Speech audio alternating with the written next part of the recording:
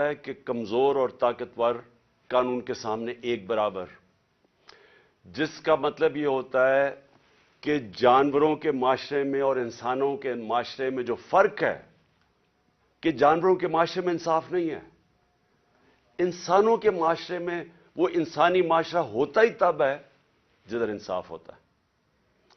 جنگل کا قانون اس کو کہتے ہیں، اس معاشرے کو، اور جس کو دوسرا نام بنانا ریپبلکس دیتے ہیں، جدھر مائٹ از رائٹ ہوتی ہے، جدھر طاقتور قانون سے اوپر ہوتا ہے، جدھر کمزور کو طاقتور سے تحفظ نہیں ملتا۔ اور اگر آپ دنیا کی تاریخ پڑھیں تو آپ کو ہر جگہ نظر آئے گا کہ جن ممالک کے اندر قانون کی بالادستی بہتر تھی وہ خوشحال تھے۔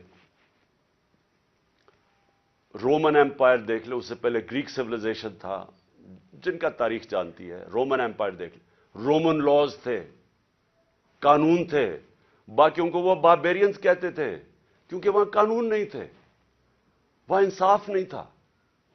اور ہم جو مسلمانوں کی تاریخ ہے، میں کیوں بار بار جب سے میں پرائم منسٹر بنا میں بار بار آپ کو مدینہ کی ریاست کی بات کرتا رہا، کیونکہ مدینہ کی ریاست کی بنیاد رکھی گئی تھی عدل اور انصاف پہ۔ جو میرے نبی صلی اللہ علیہ وسلم نے اس قوم کو اٹھایا تھا، دو سپر پاور تھیں تب بھی، دو بڑی بڑی طاقتیں تھیں، آدھی دنیا دونوں طاقتوں کی نیچے تھی، ادھر سے ان لوگوں کی حیثیت ہی نہیں تھی، ان کو میرے نبی صلی اللہ علیہ وسلم نے دنیا کی امامت کروائی، لیکن بنیاد رکھی عدل اور انصاف پہ۔ قانون کے سامنے سب ایک برابر، فرمایا کہ میری بیٹی بھی اگر جرم کرے گی تو اس کو سزا ملے گی۔ اور پھر جو آج پاکستان کے حالات ہیں، انہوں نے آج سے 1500 سال پہلے تقریباً کہہ دیا تھا کہ وہ قومیں جو طاقتور کے لیے ایک قانون بناتی ہیں اور وہ جرم کرتے ہیں ان کو نہیں پکڑتی اور صرف کمزوروں کو جیلوں میں ڈالتی ہیں، وہ تباہ ہو جاتی ہیں۔ یہ میرے نبی نے 1500 سال پہلے کہہ دیا تھا۔ اور آج میں یہ جو آج میڈیا آپ کے سامنے آیا ہوں آپ کو یہ بتانے کے لیے کہ جس طرح ہم نماز میں کہتے ہیں نا کہ اللہ ان کے راستے پہ لگا جن کو نعمتیں بخشیں، ان کو نہیں جو تباہی کے راستے پہ نکل گئے۔ یہ ہم 5 وقت کی نماز میں مانگتے ہیں۔ آج ہم ادھر کھڑے ہیں۔ ایک طرف ہے اللہ کی نعمتوں کا راستہ، مشکل راستہ ہے لیکن انسان کی عظمت کا راستہ ہے۔ دوسری طرف تباہی کا راستہ ہے، جس طرف ہم یہ جو موجودہ سیٹ اپ ہے یہ لے کے جا رہا ہے۔ میرے پاکستانی ہوئی یاد رکھیں، میں وہ خوش قسمت انسان ہوں، 70 سال جس کی عمر ہے، اللہ مجھے سب کچھ دے بیٹھا ہے۔ کوئی اتنا خوش قسمت نہیں، میں اس کا بار بار شکر ادا بھی کروں تو وہ کافی نہیں ہے۔ کسی انسان کو اس ملک میں اللہ نے اس طرح کی عزت نہیں دی۔ حکومت سے انہوں نے سازش کے تحت مجھے باہر نکالا تو آپ لوگوں نے لاکھوں کی تعداد میں سڑکوں پہ نکلے۔ کس پرائم منسٹر کو آج تک اس طرح کی عزت ملی ہے؟ اور حکومت کے باہر پبلک کے اندر میں نکلا تو جس طرح کی عزت آپ نے مجھے دی کس کو ملی آج تک؟ کون سے پرائم منسٹر کو ملی؟ تو اس کے لیے وزارت عظمیٰ کیا چیز ہے؟ اس سے بڑی چیز کیا ہے کہ قوم اس کی عزت کرتی ہے۔ تو میں آج آپ کے لیے یہ کہنا چاہتا ہوں کہ دیکھیں، یہ آپ ایک بڑے خطرناک موڑ پہ کھڑے ہیں۔ اگر میری قوم میری آواز آج سن کے آپ جو اللہ نے ہمارے اوپر حکم دیا ہوا ہے جہاد کا، جہاد ہے کیا؟ پہلے میں یہ بھی کلیئر کر دوں، ظلم کے سامنے اور ناانصافی کے سامنے کھڑا ہونا جہاد ہے۔ اللہ نے ہمارے پہ فرض کیا ہوا ہے۔ کیوں کیا ہوا ہے؟ ہماری بہتری کے لیے۔ جو قومیں رائے حق پہ کھڑی ہوتی ہیں اور انصاف کے لیے کھڑی ہوتی ہیں وہ آزاد ہو جاتی ہیں، اور انصاف کے بعد ہی خوشحالی آتی ہے۔ پہلے مدینہ کی ریاست میں عدل اور انصاف آیا، پھر خوشحالی آئی۔ نیلسن منڈیلا جو موجودہ بڑا ایک لیڈر میں مانتا ہوں، اس نے بڑی پتے کی بات کی. اس نے کہا اگر تم نے غربت کم کرنی ہے تو پہلے انصاف لے کے آؤ. چائنا نے دنیا کی تاریخ میں کبھی کسی قوم نے غربت کم نہیں کی جو چائنا نے کی ہے. 70 کروڑ لوگوں کو پچھلے 30-35 سال میں غربت سے نکال لیا انہوں نے. اور اسی قوم نے 450 وزیروں کو کرپشن کے اندر جیل میں ڈالا. یعنی طاقتور وزیروں کو انہوں نے قانون کے نیچے لے کے آئے. تو جو خوشحالی ہوتی ہے وہ انصاف کے ساتھ ہوتی ہے. حضرت علی کا قول ہے کہ کفر کا نظام چل جائے گا لیکن ظلم اور ناانصافی کا نظام نہیں چل سکتا. جدھر ہم جا رہے ہیں یہ نظام نہیں چل سکتا اور نہیں چل رہا. آج پوچھے لوگوں کے حالات. آج کون سی قیامت آئی تھی کہ اپریل میں ہماری حکومت گئی ہے؟ 65 روپے کلو آٹا تھا، آج 135 روپے پہ پہنچ گیا یا اس سے بھی اوپر. کون سی قیامت آئی تھی کہ بجلی دگنی ہو گئی ہے؟ پٹرول ڈیزل دنیا عالمی مارکیٹ میں تو ان کی تیل کی قیمت کم ہے. کون سی قیامت آئی کہ یہ قیمتیں ان کی آج ادھر پہنچ گئی ہیں؟ کسانوں سے پوچھے. کون سی قیامت آئی ہے کہ یوریا دگنا ان کو دے رہا؟ 60 ارب روپیہ کسانوں نے صرف گندم کی فصل کے لیے یوریا پہ ایکسٹرا خرچ کیا ہے ہمارے دور سے. تو کیا ہوا پاکستان؟ یعنی ہماری حکومت جانے سے اب تک یہ کیا ہوا کہ بجلی آج دگنی ہو گئی ہے؟ بجلی کے بل لوگوں سے پوچھیں، آج عوام سے پوچھیں تو صحیح ان کے حالات کیا ہیں. اور ابھی مزید اور مہنگائی آنے والی ہے. لیکن جو اس ملک کے طاقتور ڈاکو تھے انہوں نے اربوں روپے کے اپنے کرپشن کے کیسز ختم کروا لیے. 1100 ارب روپے کے اپنے کرپشن کے کیسز ختم کروا دیے اور قوم کو انہوں نے بھیج دیا تباہی کی طرف. آج ہمارا ملک، کبھی بھی ہمارے معاشی حالات ایسے نہیں تھے جو آج ہے. تو یہ کیوں ہے؟ سوال پوچھیں نا اپنے آپ سے، کیوں ہے؟ ہم سب سے زیادہ، میں پاکستانی، میں آپ کو بتاؤں جب میں مکہ گیا ہوں، مدینہ گیا ہوں، سب سے زیادہ مسلمان پاکستانی مجھے ملے وہاں. ہم یہاں تبلیغی جماعت کا اجتماع ہوتا ہے، 20 لاکھ لوگ جمع ہو جاتے ہیں کیونکہ سارے یا عاشق رسول ہیں، اپنے دین میں ماننے والے لوگ ہیں. لیکن کیا وجہ ہے کہ ہم تباہی کے راستے پہ کھڑے ہیں؟ کیوں نہیں اللہ ہماری دعائیں کیوں نہیں سن رہا؟ کیونکہ اللہ نے کئی قانون بنائے ہوئے ہیں. سارے جتنے اللہ کے پیغمبر دنیا میں آئے تھے سب ان کی دو میسیجز ہی تھیں، صرف پیغام 2 تھے: انصاف قائم کرو اور انسانیت، یعنی کمزور کی مدد کرو. جو کہ جانوروں کے قانون کے اندر کمزور کی سروائیول آف دا فٹسٹ ہے، کمزور مر جاتا ہے. انسانی معاشرے میں ہم اپنے کمزور طبقے کی مدد کرتے ہیں. جس کو پہلی دنیا کی تاریخ میں فلاحی ریاست بنائی تھی وہ مدینہ میں بنائی گئی تھی، انسانیت کا نظام آیا تھا.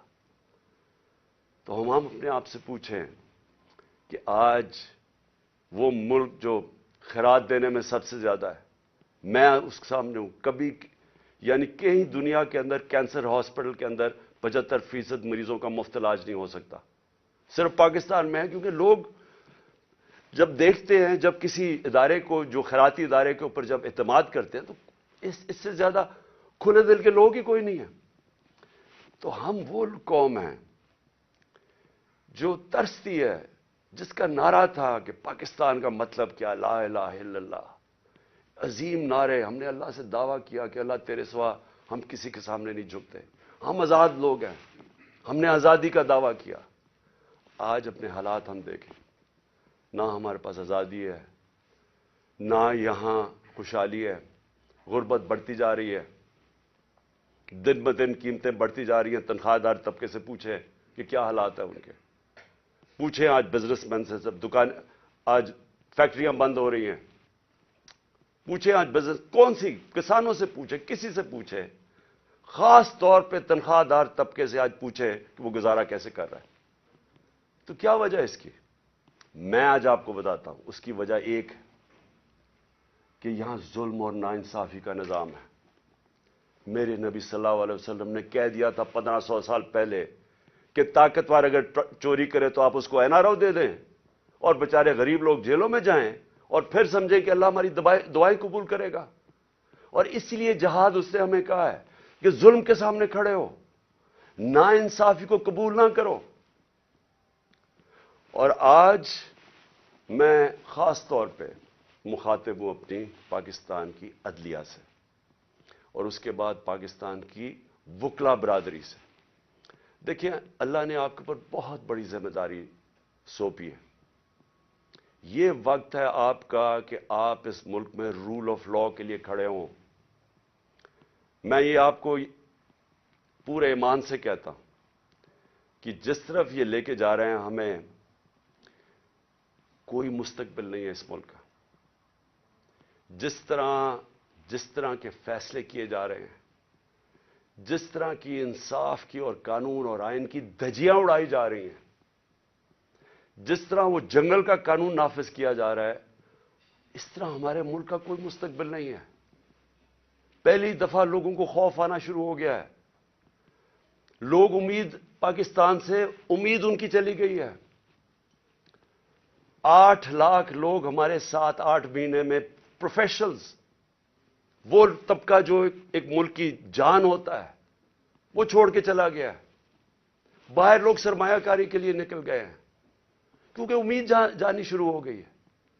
تو اس لیے میں اپنے معزز عدلیہ, اپنے ججز سے اور اپنی وکلا کمیونٹی سے میں آج آپ سے خاص طور پہ آج اپیل کر رہا ہوں اپنے ملک کی خاطر.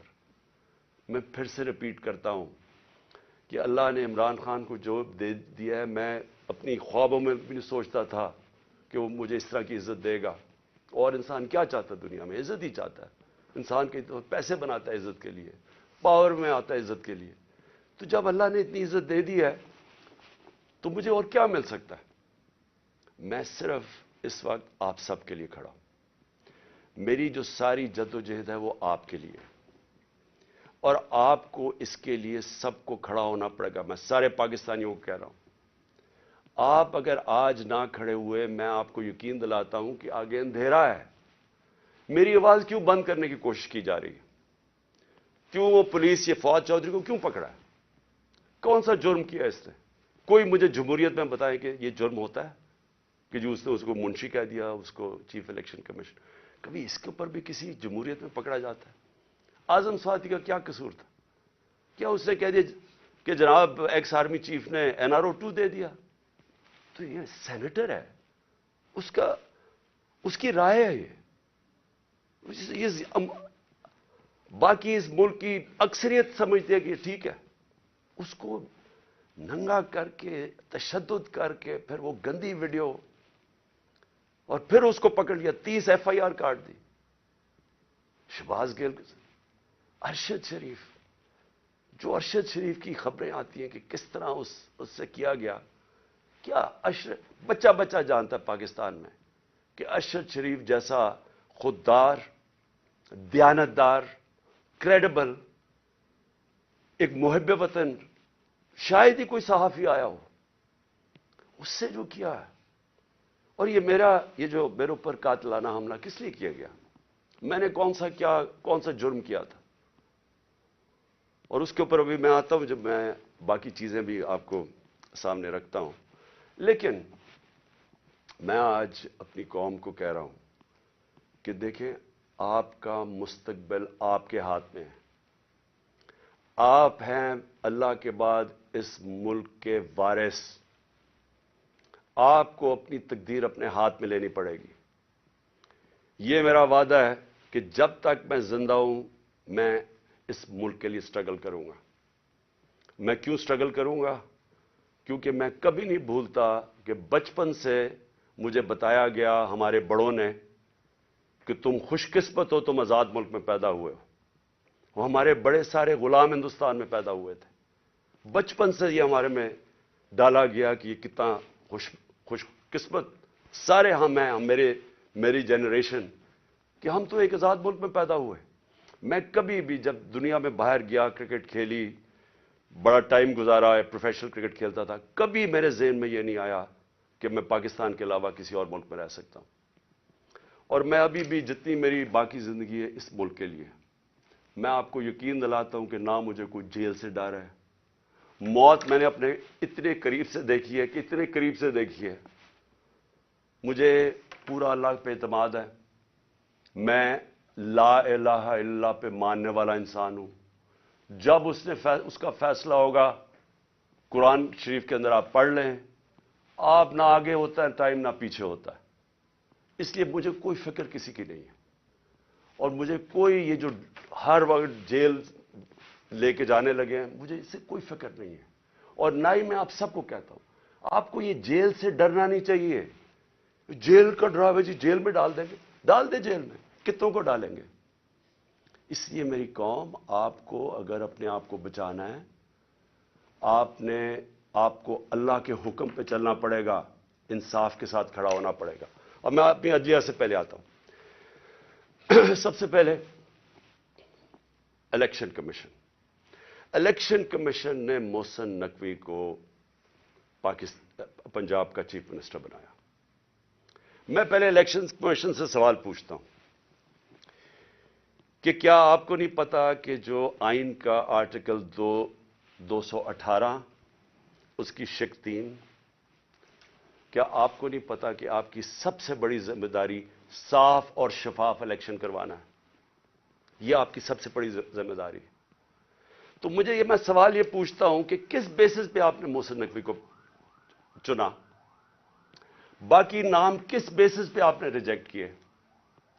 جبکہ ہم نے وہ نام چن کے دیے جو ہم سمجھتے تھے کہ نون لیگ ایکسپٹ کر جائے گی ان کو، کیونکہ سکھیرا صاحب اس وقت کیبنٹ سیکرٹری ہیں، شہباز شریف کے کیبنٹ سیکرٹری ہیں. اس سے بعد ناصر کھوسا کا نام دیا جو ان کے پرنسپل سیکرٹری نواز شریف کے رہ چکے ہیں، شہباز شریف کے چیف سیکرٹری. یعنی وہ لوگ جو ان کو ایکسیپٹیبل ہے. ہم نے اپنی طرف سے نیوٹرل امپائر رکھنے کی کوشش کی. تو کس بیسس کے اوپر یہ محسن نقوی کو آپ لے کے آئے؟ کیا آپ اس کے بیک گراؤنڈ کا نہیں پتا تھا؟ یا شاید لگایا اس لیے تھا کیونکہ آپ کو پتا تھا یہ کون ہے؟ کیا یہ نہیں پتا کہ یہ آدمی رجیم چینج جو ہماری گورنمنٹ کرائی گئی ہے اس میں اس نے سب سے بڑا رول اس کا تھا. ایک تو اوپر کا رول تھا نا ایکس آرمی چیف کا، لیکن اس کا اس کے بعد یہ ان چند لوگوں میں سے تھا جو سب سے زیادہ یہ بھاگ دوڑ کی اس نے ہماری حکومت گرانے کے لیے. کیا یہ آصف زرداری کے ساتھ سندھ ہاؤس جدھر پیسے چلے تھے یہ وہاں نہیں تھا؟ کیا آصف زرداری اس کو اپنا بیٹا نہیں کہتا؟ کیا اس کا جو چینل ہے، لوگوں کو نہیں پتا اس کی چینل کا کس کے بار بار جو پروپیگنڈا ہمارے اگینسٹ کب سے کر رہا ہے؟ اور پھر سب سے بڑی بات کہ جو آج نیب کے چیئرمین ہیں آفتاب سلطان، نیب کے چیئرمین آفتاب سلطان نے اسی محسن نقوی کے اوپر انویسٹیگیشن کی تھی. یہ انویسٹیگیٹنگ آفیسر تھے اور ان کی ریکمنڈیشن پہ انہوں نے 35 لاکھ روپیہ نیب کو واپس کیا تھا.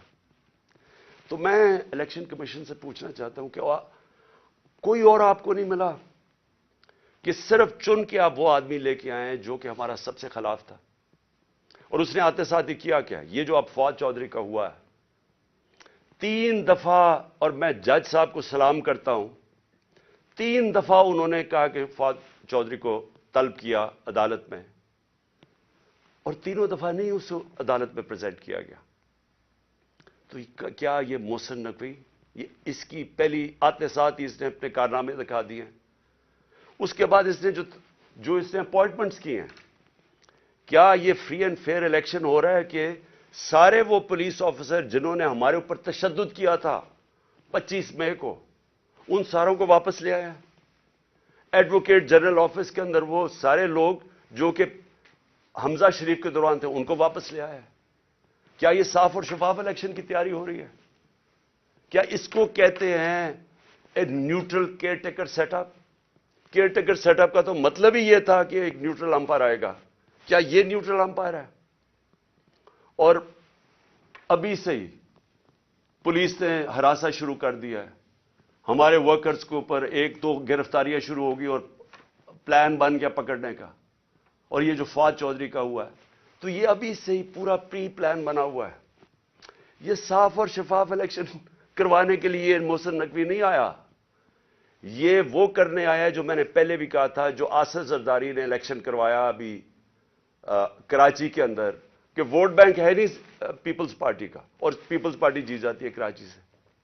تو یہ الیکشن نہیں ہو رہا, یہ ایک پلان, ایک کانسپریسی کے تحت اس کو رکھا گیا ہے. تو میں اپنی عدلیہ, اور ہم انشاءاللہ یہ کیس لے کے جا رہے ہیں اپنی عدلیہ کے پاس, تو میں اور پاکستانی آپ سے انصاف کی توقع رکھ رہے ہیں. ہم یہ بھی چاہتے ہیں کہ یہ جو اب فواد چودھری سے ہو رہا ہے اور یہ جو آگے ہونے جا رہا ہے, میں ابھی آپ کو پیشن گوئی کرتا ہوں, کیونکہ ان کو سب سے بڑا جس آواز بند کرنی ہے وہ عمران خان کی ہے, تو وہ پورا پلان بنا ہوا ہے ان کا. میں ابھی پیشن گوئی کر رہا ہوں. ہم اپنی عدلیہ سے ایکسپیکٹ کرتے ہیں کہ ہمارے فنڈامنٹل رائٹس کو پروٹیکٹ کریں.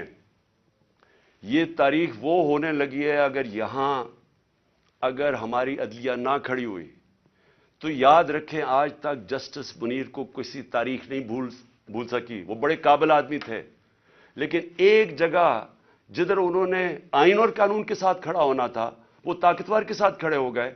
اس ملک نے بھاری قیمت ادا کی ہے اس کی, اور اس کے بعد قیمت ادا کرتے گئے. اس وقت قوم آپ سے ایکسپیکٹ کر رہی ہے, موزز ججز, قوم آپ سے ایکسپیکٹ کر رہی ہے کہ ہمارے حقوق کی حفاظت کریں, ہماری جمہوریت کو بچائیں. یہ جو اب تباہی مچنے لگی ہے ہماری جمہوریت کے اوپر, اور جو ہو رہا ہے اور جو رجیم چینج کے بعد ہوا ہے, میں آپ کو یقین دلاتا ہوں کہ میں مشرف کے مارشل لاء میں اپوزیشن میں تھا.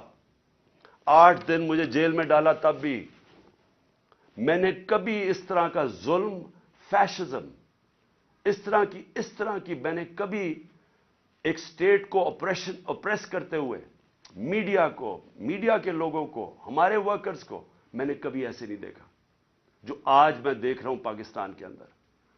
تو اور مجھے افسوس سے کہنا پڑتا ہے کہ ہماری عدلیہ نے ہمارے فنڈامنٹل رائٹس کی حفاظت نہیں کی. اگر کی ہوتی تو آج وہی جو 25 مئی والے وہ آفیسرز جنہوں نے تشدد کیا تھا, 3 بجے رات کے لوگوں کے گھروں میں گھس کے انہوں نے لوگوں کو پکڑ کے جیلوں میں لے کے گئے تھے, ظلم کیا تھا, لوگوں کو امبیرس کیا تھا. آرٹیکل 14 کانسٹیٹیوشن کا ہماری ڈگنیٹی, ہماری عزت پروٹیکٹ کرتا ہے. انہوں نے سارے لوگوں کو نہ چادر اور چار دیواری کا سوچا, نہ قانون کا سوچا, ظلم کیا. وہ آج آفیسر پھر واپس آ گئے. ہمارے پاس سوائے عدلیہ کے جانے کا کون سا راستہ ہے؟ دوسرا راستہ ہے سڑکوں پہ آ جائیں, دوسرا راستہ ہے ملک کو اور نقصان پہنچائیں جو یہ آگے پہنچا سکے ہیں. اس لیے میں اپنی عدلیہ سے ریکویسٹ کرتا ہوں. اور پھر میں ذرا 2-3 اور چیزیں بتا دوں. جے آئی ٹی, اب جے آئی ٹی بنی تھی, میرے اوپر قاتلانہ حملہ ہوتا ہے. پہلے تو 16 دن کچھ ہوتا ہی نہیں ہے, نہ کوئی investigation. Police F I R کاٹ کے دیکھ دیتی کہ صرف ایک شوٹر تھا اور دینی انتہا پسند نے اٹیک کیا تھا, جو میں پہلے سے ہی سپٹمبر اور اکتوبر میں نے کہہ دیا تھا کہ میرے اوپر واردات ہونے والی ہے اور نام لیں گے دینی انتہا پسند کا. پوری کانسپریسی بنی ہوئی مجھے قتل کرنے کی. میں پہلے کہہ بیٹھا تھا, مجھے پتا بھی تھا اس کے پیچھے کون ہے, اور میں نے ان کے جیسے ہی ہوا میں نے ان کے نام لیے. اپنی حکومت ہوتے ہوئے, پنجاب پولیس ہمارے نیچے ہوتے ہوئے میں اپنی ایف آئی آر نہیں کٹوا سکا. اور مجھے پتا ہے میں کیوں نہیں کٹوا سکا, کیونکہ دوسری طرف طاقتور لوگ تھے. اور ہماری ملک کی تاریخ ہے کہ جب طاقتور کا کمزور سے مقابلہ ہوتا ہے تو انصاف نہیں ہوتا. تو لیکن جو جے آئی ٹی کی رپورٹ ہے یہ ذرا سننے والی چیزیں ہیں. اور پھر کیسے اس جے آئی ٹی کو آپ آتے ساتھ ہی حکومت نے پہلی چیز کی ہے جے آئی ٹی بند کی ہے. یہ کس قانون کے تحت کی ہے؟ جے آئی ٹی تو پنجاب کی جے آئی ٹی تھی, فیڈرل گورنمنٹ تو جے آئی ٹی نہیں بنا سکتی. اور جے آئی ٹی کی فائنڈنگز, جو فائنڈنگز سامنے آئی ہیں ذرا یہ سن لیں, اس کی وجہ سے یہ بند کی گئی ہے. میں ذرا آپ کو بتانا چاہتا ہوں ساری قوم کو کہ میرے اوپر جو حملہ ہوا تھا جب انہوں نے ایف آئی آر کٹائی پولیس نے, میری نہیں کاٹی, انہوں نے کہا تھا ایک شوٹر ہے. ذرا آپ یہ سنیں, اب تک جے آئی ٹی نے جو عدالت میں جو رکھ چکی ہے, جو عدالت میں چیزیں رکھ چکی ہیں وہ ذرا سنیں. سب سے پہلے انہوں نے یہ کہا جو کہ ڈی پی او گجرات تھا غضنفر حسین اور ایس ایس پی ندیم حسین جو سی ٹی ڈی لاہور تھا، دونوں پنجاب گورنمنٹ کے نیچے تھے، ان دونوں نے آڈیو یعنی ٹیپس کی، اس کی وہ جو شوٹر تھا اس لڑکے کی، انہوں نے ٹیپس بنائی، اور جب اس کی ٹیپس بنائی تو جب جے آئی ٹی نے مانگا ان سے ان کا موبائل فون، اور جب جے آئی ٹی نے ان کو بلایا ان دونوں کو، انہوں نے صاف انکار کر دیا کہ ہم جے آئی ٹی میں نہیں آتے۔ کون تھا ان کے پیچھے جو اتنا طاقتور تھا اور جس کو خوف تھا کہ کہیں جے آئی ٹی میں سچ نہ نکلا ہے؟ ان کو روک دیا۔ پھر ذرا آگے چلیں۔ اس کے بعد جب جو دوسری ویڈیو بن رہی تھی، وہ نوید جو شوٹر تھا، اس کی سی ٹی ڈی میں جب اس کی جو ویڈیو بن رہی تھی، اب ذرا یہ سنیں۔ رپورٹ لکھتی ہے جے آئی ٹی کے 4 سے 5 جو نامعلوم لوگ وہاں موجود تھے۔ وہ کون تھے؟ پولیس سی ٹی ڈی کے اندر اس کی بنایا جا رہا ہے اس کا سیکنڈ ویڈیو، اور وہ بھی اس کی کون سا قانون اجازت دیتا ہے کہ پولیس ویڈیوز بنا کے ریلیز کرتی رہے میڈیا کو؟ لیکن وہاں جو سب سے زیادہ چیز ہے، 4 اور 5 وہ جے آئی ٹی کہتی ہے نامعلوم لوگ وہاں بیٹھے ہوئے تھے۔ یہ کون تھے؟ پھر اسٹیبلش ہو جاتا ہے 3 طریقوں سے۔ آئی وٹنسز جو گواہ دیکھتے ہیں وہ شوٹر کو 3، ایک فورینزک کے ذریعے، اور ایک پھر فورینزک کے ذریعے یعنی کہ جو خول ملے تھے ان کی گولیوں کے، وہ 3 جگہ سے ملے، اور کرائم سین رپورٹ جو تھی، ان سب نے ثابت کیا کہ 3 شوٹر تھے۔ یعنی جو انہوں نے رپورٹ بنائی تھی کہ صرف ایک دینی انتہا پسند نے قتل کرنے کی کوشش کی، اس کو سب کو رد کر دیا۔ اس لیے یہ آتے ساتھ ہی انہوں نے جے آئی ٹی بند کی، کیونکہ میں نے نام تو ایک شہباز شریف کو رانا ثناء اللہ کا لیا ہوا ہے، اور وہی بیٹھے ہوئے ہیں فیڈرل گورنمنٹ میں، اور انہوں نے آ کے انہی کے نیچے اب جے آئی ٹی بنے گی۔ اس لیے میں نے پہلے دن کہا تھا کہ چیف جسٹس صاحب آپ کے نیچے اگر انکوائری ہوگی تو شاید انصاف ملے۔ ان کے ہوتے ہوئے، اور وہ جو ایجنسی کا آفیسر ہے ڈرٹی ہیری، مجھے کوئی امید انصاف کی نہیں تھی۔ اور وہ آپ ذرا دیکھیں کہ جو اس جے آئی ٹی نے جو چیزیں بھی نکالی، اس کے اوپر بھی ذرا دیکھیں کہ انہوں نے کس طرح اس کو بند کرنے کی کوشش کی۔ پھر یہ ثابت ہو گیا کہ جو لڑکا نوید تھا وہ کوئی دینی انتہا پسند نہیں تھا، اور اس کو ٹریننگ دی گئی تھی پسٹل شوٹنگ کے اندر۔ کوئی پسٹل شوٹنگ ایسے نہیں کرتا کہ سیدھی ایسے ریپڈ فائر کرے، وہ ٹرینڈ تھا۔ اور جو 5ویں چیز سامنے آئی، 4 جے آئی ٹی ممبرز کے اوپر پریشر ڈالا گیا۔ کس نے ڈالا؟ اور انہوں نے اپنی چینج کی رپورٹ، جو عدالت میں جو تھی رپورٹ، اس کی فائنڈنگ چینج کر دی۔ اور پھر کیا ہوتا ہے؟ جو پروسیکیوٹر جنرل ہے،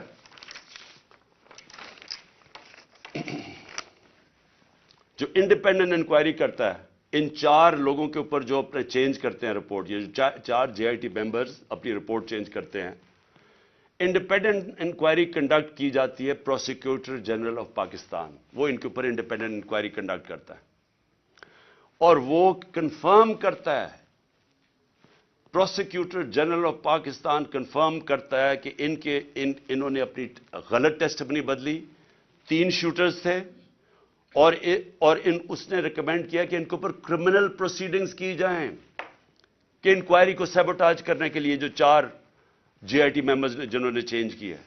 تو میرا سب سے بڑا سوال یہ ہے کہ آتے ساتھ ہی پنجاب گورنمنٹ جب سے یہ آیا ہے، انہوں نے سب سے پہلے کیوں انہوں نے اسٹڈی کر لیتے، دیکھ تو لیتے کہ جے آئی ٹی رپورٹ میں کیا فائنڈنگز ہیں، بڑی تفصیل میں انہوں نے فائنڈنگز دی ہوئی ہیں، آتے ساتھ ہی اس کو کیوں بند کیا؟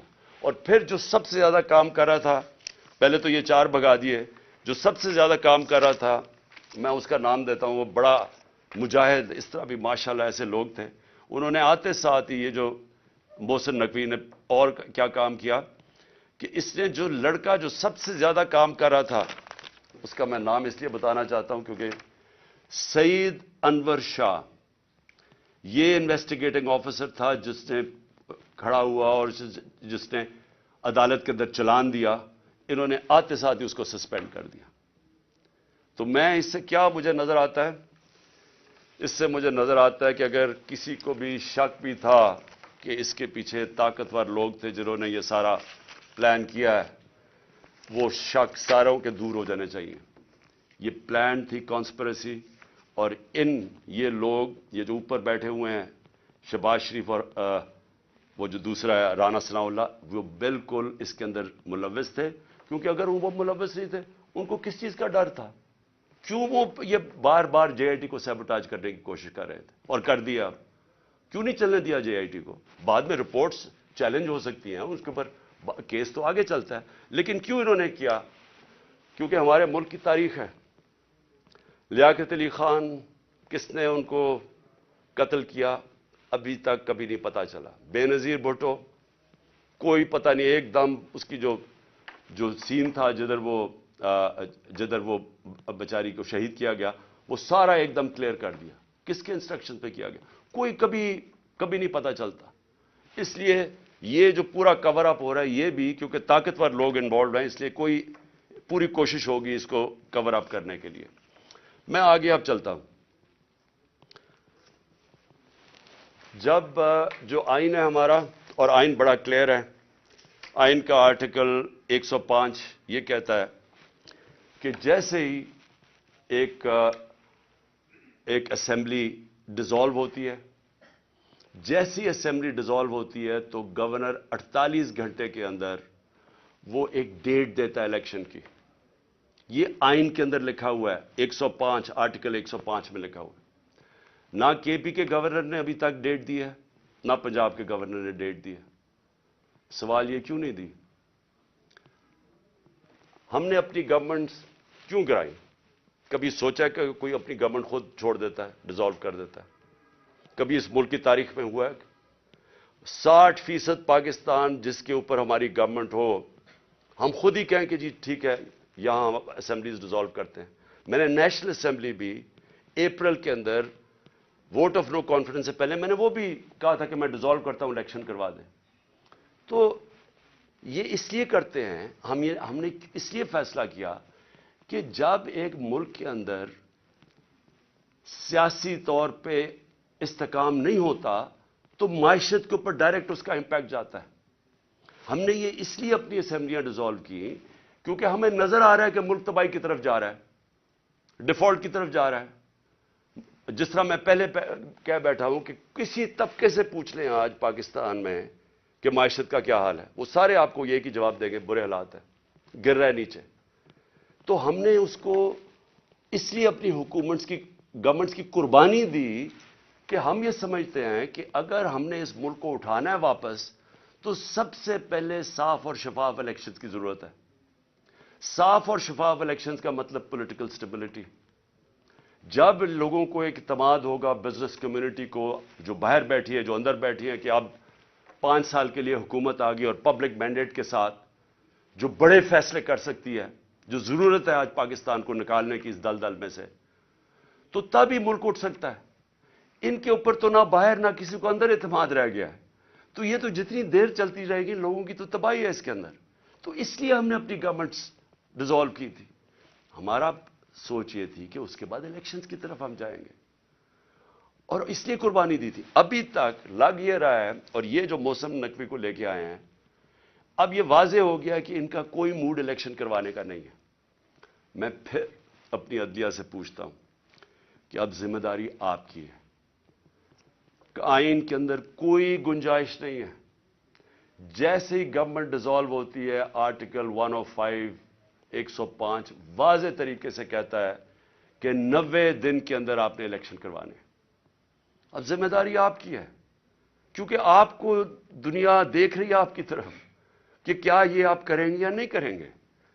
کیونکہ میں پھر سے کہتا ہوں کہ مجھے افسوس سے کہنا پڑتا ہے کہ ہمارا ملک وہ نہیں بن سکا جو بننا چاہیے تھا, اور اس کی بہت بڑی وجہ یہ ہے کہ یہاں کبھی بھی رول آف لا نہیں ہوا, یا طاقتور ہمیشہ قانون سے اوپر ہے. تو یہ بار بار جب ہم ان سے بھی پوچھتے ہیں, یہ جو بیٹھے ہوئے ہیں اس وقت امپورٹڈ گورنمنٹ ایک ہارس ٹریڈنگ کے ذریعے رشوت دے کے خرید و فروخت کر کے آج بیٹھے ہوئے ہیں اوپر. یہ بھی کہتے ہیں جی وہ ہو جائے گا, کوئی چیز ہو جائے گی, آگے چلے جائے گا الیکشن. بھئی کیسے چلے جائیں گے؟ آئین ہے یا نہیں ہے؟ اگر آپ کا ملک کے اندر آئین ہے اور کوئی قانون ہے تو پھر تو یہ آگے جا ہی نہیں سکتے 90 دن سے. تو یہ بھی آج میں اپنی عدلیہ کو کہنا چاہتا ہوں کہ اب آپ کے اوپر بہت بڑی ذمہ داری آنے والی ہے, کیونکہ یہ جو محسن نقوی کو لے کے آئے ہیں اس کو کوئی ان کا نہیں نظر آ رہا کہ یہ الیکشن کروائیں گے. پھر میں آخر میں اپنی قوم سے بس یہ بات کر کے اپنی بات ختم کرتا ہوں کہ دیکھیں, میں جس طرح شروع کیا تھا کہ اللہ میرے پہ بڑا مہربان رہا ہے, میں اس کا شکر ادا جتنا بھی کروں کم ہے, کہ مجھے تو اس ملک میں جو آپ نے عزت دی وہ کسی کو دی نہیں پہلے. لیکن میں ایک چیز جانتا ہوں کہ میں کسی صورت اگر کسی کا خیال ہے کہ میں ان چوروں کے نیچے مان جاؤں گا ان کی غلامی, میں واضح کر دوں کہ آخری گیند تک لڑوں گا, آخری اپنی سانس تک ان کا مقابلہ کروں گا. کوئی مجھے نہ جیل اور نہ یہ جو ڈراتے رہتے کوئی فکر نہیں ہے. اللہ نے ایمان دیا ہے, ایمان کی قوت دی ہے, اور سب سے بڑی قرآن کی آیت ہے کہ جو لوگ ایمان لے آئے اللہ ان کے خوف دور کر دیتا ہے, ان کو آزاد کر دیتا ہے. میں ایک آزاد انسان ہوں, میں کبھی غلامی کسی کی نہیں مانتا. میں لا الہ الا اللہ میرے دل میں ہے. میں نے اللہ کے سامنے دعویٰ کیا ہوا کہ اللہ تیرے سوا کوئی خدا نہیں ہے, کوئی خوف کے بت کی میں پوجا کرتا نہیں, اور نہ آپ کو کرنی چاہیے. کیونکہ میں ایک مثال دیتا ہوں ہمیشہ لوگوں کو, کیونکہ اسلام کی تاریخ آپ پڑھیں تو جو سب سے دردناک اور تکلیف دہ واقعہ وہ ایک ہی ہے, جس طرح حضرت امام حسین کی شہادت ہوئی. اور میں ہمیشہ یاد کراتا ہوں لوگوں کو کہ کوفہ کے لوگوں کو انہوں نے تو بلکہ دعوت دی تھی امام حسین کو, ان کو پتا تھا وہ رائے حق پہ ہے, ان کو پتا تھا کوفہ کے لوگوں کو, لیکن یزید کے خوف کے ظلم کے خوف کی وجہ سے انہوں نے اتنا بڑا سانیہ ہونے دیا اسلام میں.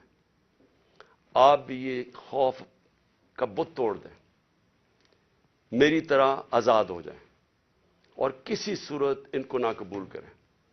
مجھے جو صرف ایک افسوس ہے کہ میں جب سیاست شروع کی تھی 26 سال پہلے, تو میں یہ سمجھتا تھا کہ دو طرح کے طبقے پاکستان میں ہیں. ایک وہ طبقہ ہے چھوٹا سا جو اس ملک کا پیسہ چوری کر کے باہر لے جاتا ہے, ان کے پاس اربوں ڈالر باہر پڑے ہیں, بڑے بڑے پراپرٹیز, مے فیئر سب سے مہنگے علاقے میں لنڈن میں پراپرٹی ہے, بیٹا ون ہائیڈ پارک وہ سب سے مہنگا علاقہ ہے, آف شور اکاؤنٹس میں ان کے پیسے پڑے ہوئے ہیں. تو میں ان کو تو پاکستان نیچے جاتا ہے ان کو کیا ہوگا, جب مشکل پڑتی ہے جہاز پکڑ کے باہر چلے جاتے ہیں. تو ایک ایسا طبقہ چھوٹا سا بیٹھا ہوا ہے, ہر وقت پیسہ اس ملک سے چوری کر کے باہر لے جاتا ہے. ٹیکس اور بزنس مین ہے, ٹیکس چوری کیا وہ باہر. ریل اسٹیٹ کے اندر بیٹھے ہوئے لوگ جیسی پیسہ بنتا ہے حوالے ہنڈی سے پیسہ باہر.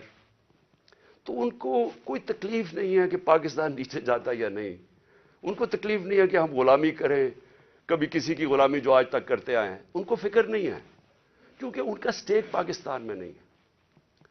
اور اس لیے میں ان کے خلاف نکلا تھا آج سے 26 سال پہلے, اور اس لیے جب تک میرے میں سانس ہے میں ان کا مقابلہ کروں گا.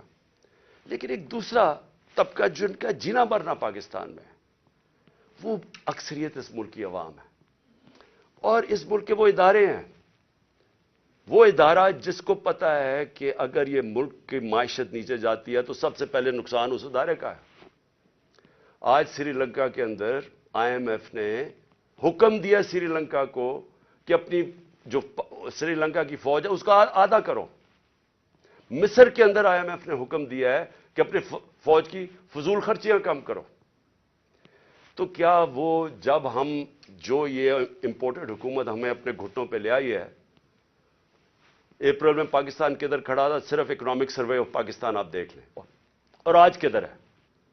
تو کیا وہ جو اب ہمارے سے قیمت ادا کریں گے، کیا ہماری طرح کے جو سمجھتے ہیں کہ ہم ایک آزاد ملک میں رہنا چاہتے ہیں، کیا ہماری آزادی خطرے میں ہوگی یا نہیں؟ تو میں یہ ہمیشہ سمجھتا تھا کہ یہ ادارے کبھی بھی ان لوگوں کے ساتھ نہیں ہوں گے جو یہ ملک کا پیسہ چوری کر کے باہر لے کے جاتے ہیں. اور مجھے بڑا افسوس سے کہنا پڑتا ہے کہ ہماری حکومت ہٹا کے ان لوگوں کو بیک کیا گیا جو اس ملک کو 30 سال سے لوٹ رہے تھے. چھوڑیں کہ میں کیا کہتا ہوں، صرف انٹرنیشنل میڈیا ان کے متعلق کیا کہتا ہے. آج تو ٹیلی فون ہے، اپنا گوگل کر لیں کہ ان دونوں بڑے خاندانوں کے اوپر انٹرنیشنل میڈیا کیا کہتا ہے. ان کے خلاف ہماری اسٹیبلشمنٹ نے، ہماری ایجنسیز نے کیا کیا چیزیں نکالی ہوئی ہیں ان کی چوری کے اوپر. تو مجھے حیرت یہ ہوئی کہ رجیم چینج کے بعد ان کے ساتھ کیسے کھڑے ہو گئے، وہ ادارہ جس کا سب سے زیادہ سٹیک ہے کہ پاکستان ایک طاقتور ملک بنے، کہ اگر ایک ملک کی معیشت نیچے جاتی ہے تو ہمیں سوویت یونین کی مثال ہے کہ وہ ملک ٹوٹ گیا، تکڑی ترین فوج تھی لیکن ملک ٹوٹ گیا کیونکہ معیشت نیچے چلی گئی. تو ان کے نیچے جو انہوں نے 30 سال سے یہ ملک سے کر رہے ہیں، مجھے ابھی تک نہیں سمجھ آ رہی کہ کیسے وہ ادارے ان کے ساتھ کھڑے ہو گئے. میں آخر میں اپنی ساری قوم کو کہنا چاہتا ہوں کہ اپنی تقدیر اپنے ہاتھ میں لیں. آپ کا مستقبل، آپ کے بچوں کا مستقبل آپ کے ہاتھ میں ہے. آپ یہ اگر ظلم نہ، آپ کے پاس اب 2 راستے آ گئے ہیں. ایک تباہی کا راستہ ہے، ایک مشکل راستہ ہے، جدوجہد کا راستہ ہے، لیکن پاکستان کی عظمت کا راستہ ہے. اور مجھے امید ہے کہ آپ صاحب صحیح فیصلہ کریں.